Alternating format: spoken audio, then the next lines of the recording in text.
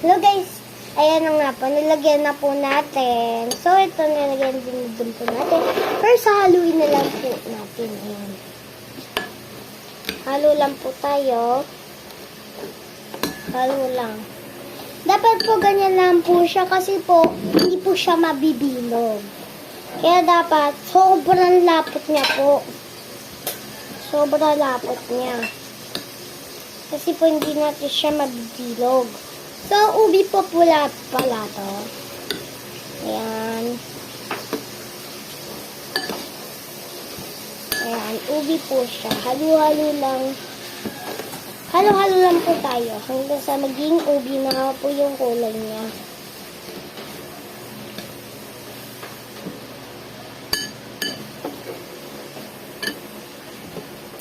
Ayan, lalagyan natin ulit condensed dahil kulang. Ayan.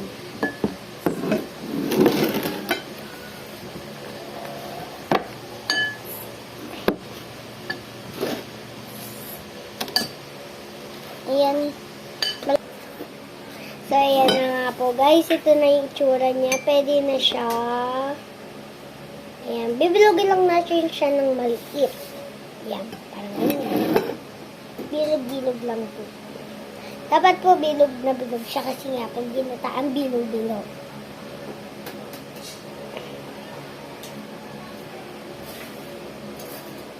So, ayan na nga po siya. Ayan, lagay lang natin dahan-dahan kasi baka po matanggal ang pagka-shape niya. Dahan-dahan lang po dapat ang paglagay nyo kasi po baka matanggal sa pagkakashape. Kasi po, masyadong malambot siya.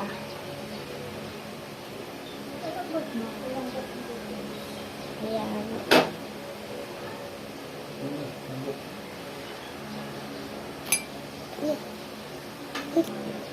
So, ayan na nga po. Bibilogin na po natin ulit. Ayan. Kuha lang tayong unti. Ayan, bilog-bilog na.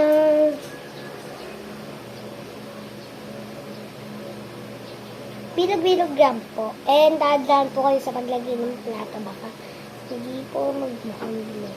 Ayan. At ito na nga po ang kanyang itsura. Lagay na natin. Yung kuha pa tayo ulit.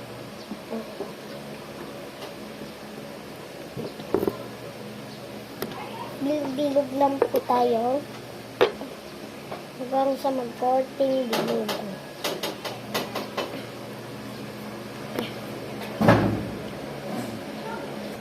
Update ko ulit kayo next page.